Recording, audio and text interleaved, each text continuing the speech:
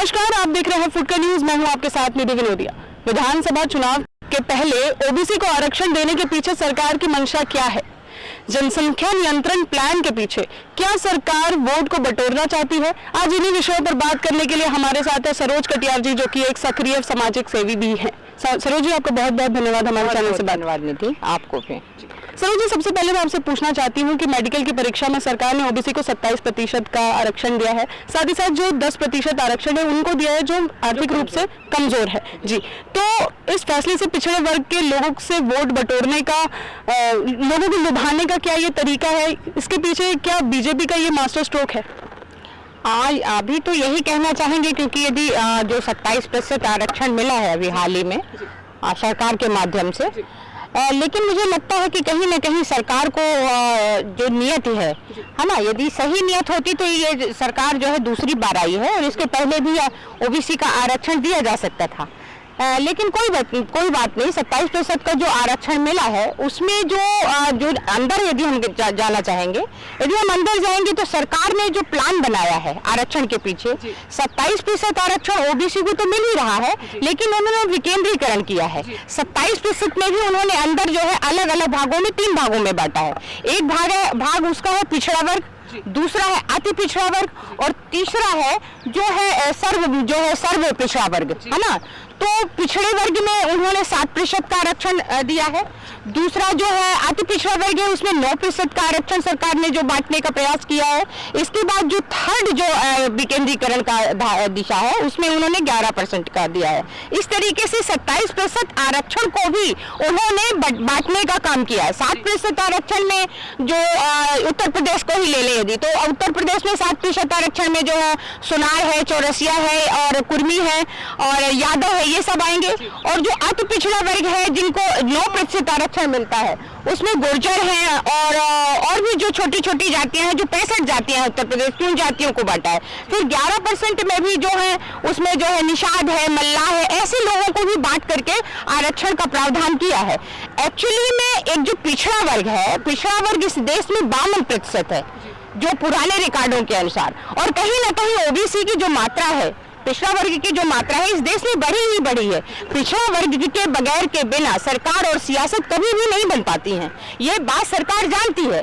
आरक्षण देने का यदि एक सच्ची नियत होती तो वो पहले भी दे सकते थे, लेकिन कोई बात नहीं, इस आरक्षण का भी हम तहे दिल से स्वागत करते हैं कि कहीं न कहीं देश के पिछड़े वर्ग को आरक्षण के माध्यम से उसका विकास हो, रोजगार मिले, लोगों को आरक्षण का विकास मिले। लेकिन यदि आरक्षण सही नियत और नीति के माध्यम से सरकार करना चाहेगी तो इस आरक्षण का हम लोग पूरा स्वागत करते हैं। लेकिन यदि ये फंडा राजनीतिक सियासत के लिए की जा रही है, वोट बटोरने के लिए किया जा रहा है, तो ये बात देश के ओबीसी को भी समझना होगा कि वास्तव में ये आरक्षण यदि मिला है तो 27% का आरक्षण में बंटवारे और विकेंद्रीकरण की बात अंदर होनी नहीं चाहिए। जैसे कि उन्होंने कहा कि जातियों का बंटवारा, तो ओबीसी में तो बहुत 6700 के बहुत सारी जातियां होती हैं, और उस ओबीसी की सभी जातियों को अलग अलग कैटेगरी में बांटने का मतलब मुझे कहीं ना कहीं ये लगता है कि वोट बटोरने की नियत जो है सरकार की मंशा पूरी दिखती है, जो आजकल अभी हाल ही में 5 और 7 जगहों में चुनाव होने हैं।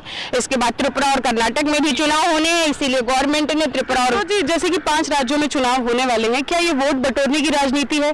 क्योंकि वोट ओबीसी के जो हिस्सा है यूपी में, वो वोटों का बहुत ज्यादा है, उस पे सभी पार्टियों की नजर रहती है। और क्या इसके बाद क्या आपको ऐसा लगता है कि सभी पार्टियां जो है वो आनंद फानंद में आरक्षण दे दे?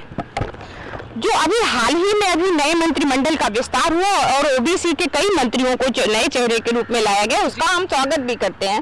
कोई भी पार्टी हो यदि हमारे ओबीसी और किसान लोगों के आगे बढ़ाती हो तो उसका स्वागत होना चाहिए, लेकिन यदि नीति और नियत के माध्यम से वो उनको अधिकार भी मिले, मंत्री मोहरे ना हो, गुलाम ना हो, वो अपने पीछे खड़े अंतिम पंक्ति के लोगों की आवाज बन सके, तो ये एक सार्थक कदम होगा।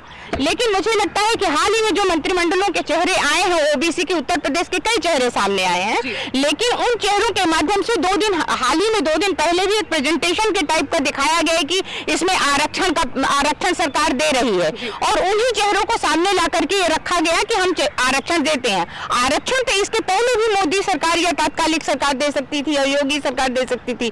कहीं ना कहीं मुझे लगता है कि ये उत्तर प्रदेश के चुनाव को लेकर के, उत्तर प्रदेश में ये पता है कि उत्तर प्रदेश प्रदेश में सत्ता और सियासत को बनाने वाला है ओबीसी समाज है, किसान समाज है, और इसीलिए सरकार जो है ओबीसी को आरक्षण दे करके और इस तरीके वोट बटोरने का काम करने का काम किया है।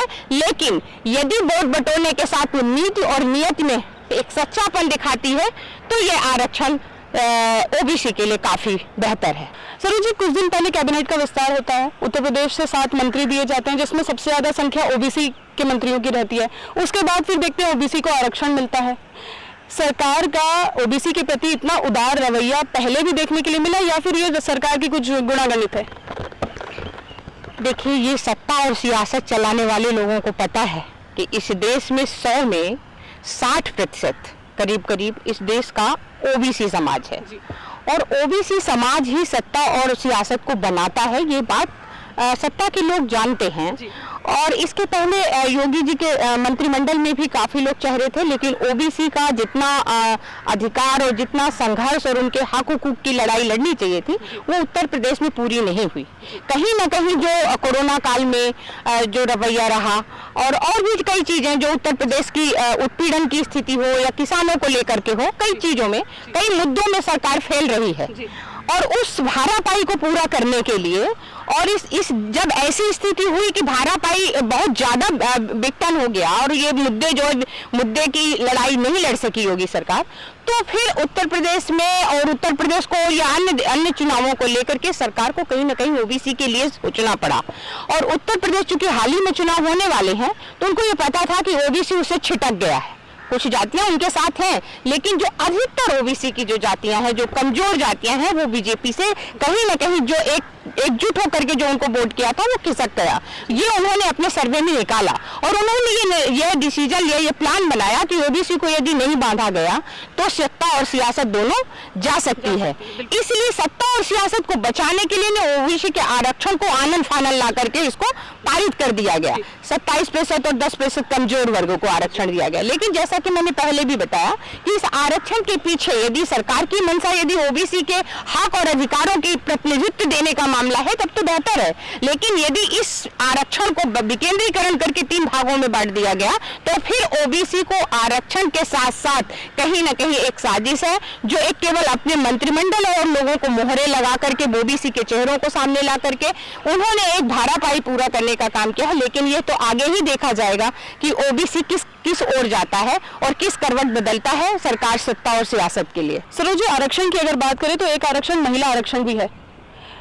3 दशक से संसद की पटल पर यह आरक्षण की बात होती है, बट अब आज तक इसका कोई निजात हो नहीं पाया है। देश की आधी आबादी जो है वो महिला की है, जिसमें ना उनको संसद में ना ही विधायकी में प्रतिनिधित्व मिल पाता है, जिसमें सारी पार्टियां खामोश हो जाती है। अभी संसद चल रही है, क्या इस बार ऐसा लगता है कि महिला को आरक्षण कुछ मिल पाएगा?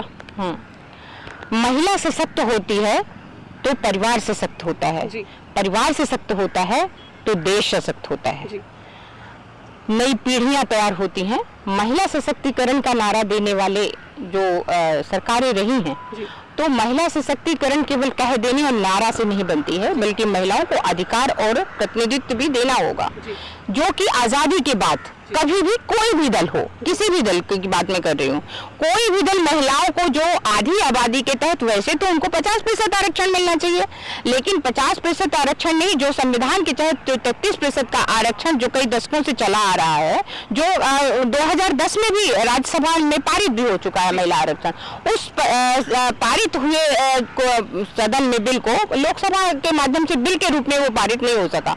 उसकी कहीं ना कहीं सरकार की या नीति कहूँ या सरकार की कमियां कहूँ, जो ये बात नहीं समझ पा रहे हैं सत्ता और सियासत चलाने वाले लोग कि महिलाओं को अधिकार और राजनीतिक प्रतिनिधित्व के बिना देश का सार्वभौमिक विकास नहीं हो सकता है। महिलाओं को आपको आरक्षण देना होगा, लेकिन इस मामले में चाहे वो कोई भी पार्टियां हो, कभी भी अपने चाहे यदि चाहे दल की यदि नीति और नियत हो, मुखिया की नीति और नियत बराबर हो, समानता की हो, तो पुरुषों के बराबर औरतों को भी टिकट मिलना चाहिए था। लेकिन आजादी के बाद आज तक किसी भी दल में ऐसा नहीं हुआ। पिछली जो सरकार में ममता बनर्जी ने बंगाल में महिलाओं को अत्यधिक मात्रा में उन्होंने टिकटार्थी बनाया और जीत करके भी वो ज्यादा से ज्यादा जगहों में आई, सदन में पहुंची और अपनी आवाज को बुलंद की, जैसे महिला मोर्चा वगैरह है। बीजेपी में भी और कांग्रेस में भी और समाजवादी पार्टी, बसपा या और भी क्षेत्रीय दलों में भी, लेकिन जितना प्रतिनिधित्व 33% आरक्षण के तहत जो महिलाओं को आरक्षण मिलना चाहिए वो आरक्षण नहीं मिला। इसमें सरकार फेल हुई है और ये जो है असमानता की बात है।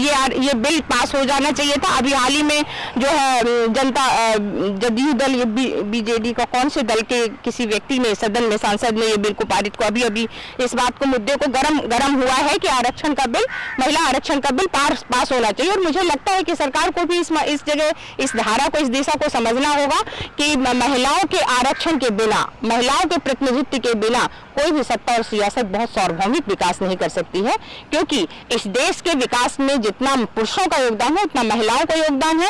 और ये सरकार को बिल पारित करके और 33% आरक्षण को आगे करना चाहिए। मैं तो ये कहती हूँ कि देश में आधी आबादी को 50% आरक्षण मिलना चाहिए, लेकिन यदि आरक्षण 33% का जो बिल पास हुआ है 2010 में राज्यसभा में, उसको आगे बढ़ा करके उस बिल को पारित करना चाहिए और महिलाओं को आरक्षण करना चाहिए। लेकिन इसी धारा में यदि मैं दूसरी तरफ ये भी कहूँ कि उत्तर प्रदेश में योगी सरकार जी ने यह भी कहा है कि जो जनसंख्या नियंत्रण की बात हुई है अभी हाल ही में, जनसंख्या नियंत्रण यदि होगा तो जो महिलाएं पंचायती राजों के माध्यम से छोटी छोटी प्रधान, सरपंच, जनपद, जिला पंचायत में चुनकर आ जाती थी, वो महिलाएं कहीं ना कहीं उनका ये गला कट जाएगा और जिनके 2 बच्चों से ज्यादा बच्चे होंगे उनको ये अधिकार विहीन हो जाएंगी। तो कहीं ना कहीं ये भी मामला देखना होगा कि महिलाओं को किस तरीके से आगे ले जाना है।